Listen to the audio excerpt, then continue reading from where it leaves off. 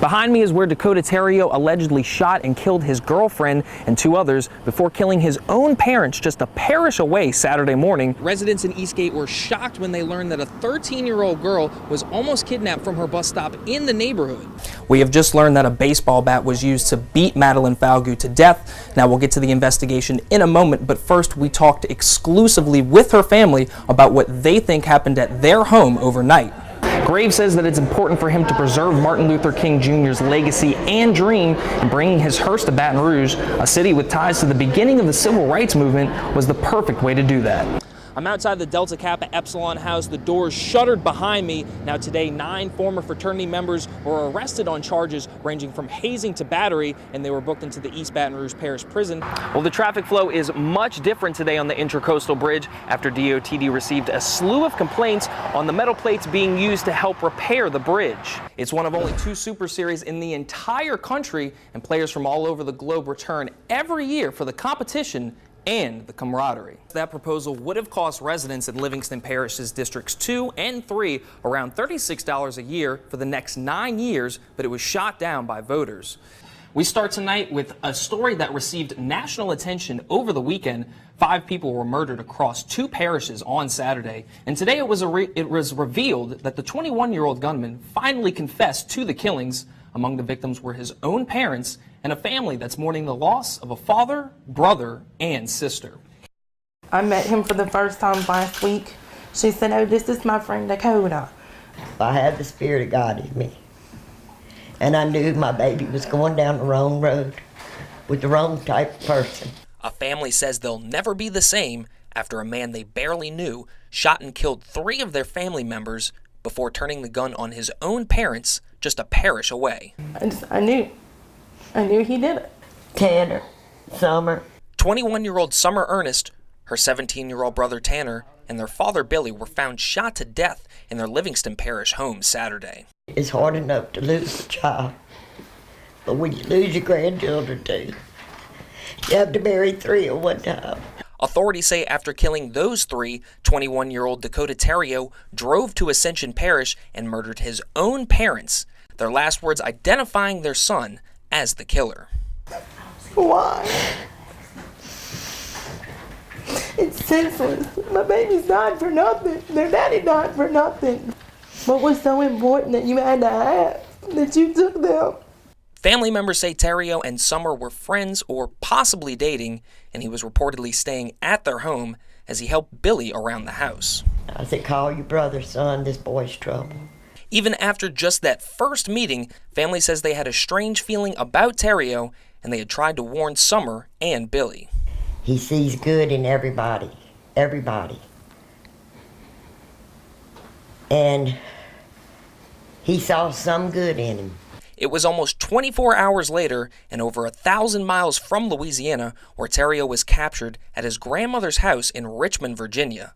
Now, all the family can do is wait for his fate to be decided. He will have his day at the great white throne judgment. God will be his judge. We just want justice for our Deuce. Everybody knows him as Deuce. Nobody really knows him as Tevin Gunter. Tanya Kinchin is still mourning the loss of her son over 2 years after he was gunned down on Annette Street in Baton Rouge. She and 3 other victims joined police begging for more help. What if it was your loved one? What if it was your family member? What if it was your boyfriend?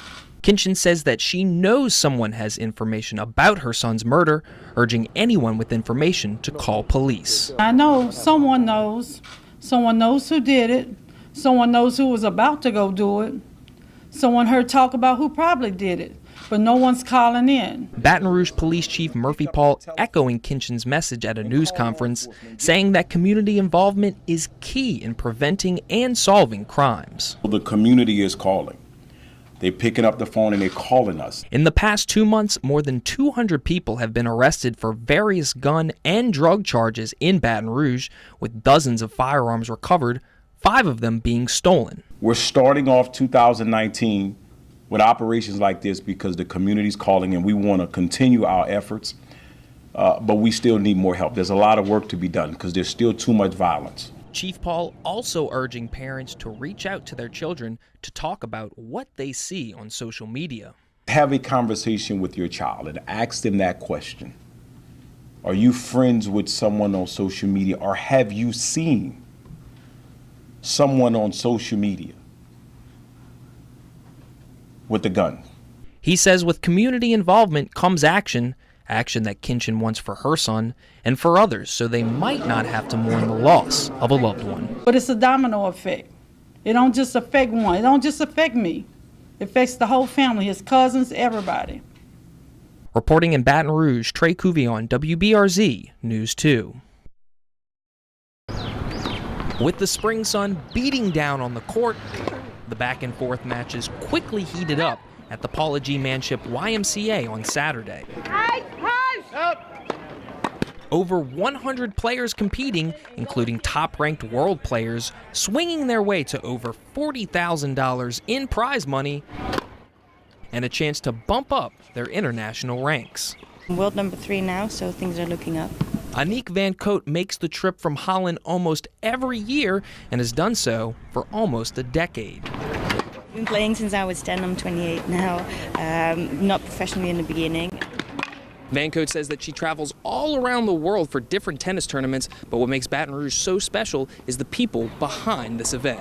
I love coming back here, and the southern hospitality and the people are so friendly. So yeah, it's one of the nicest places.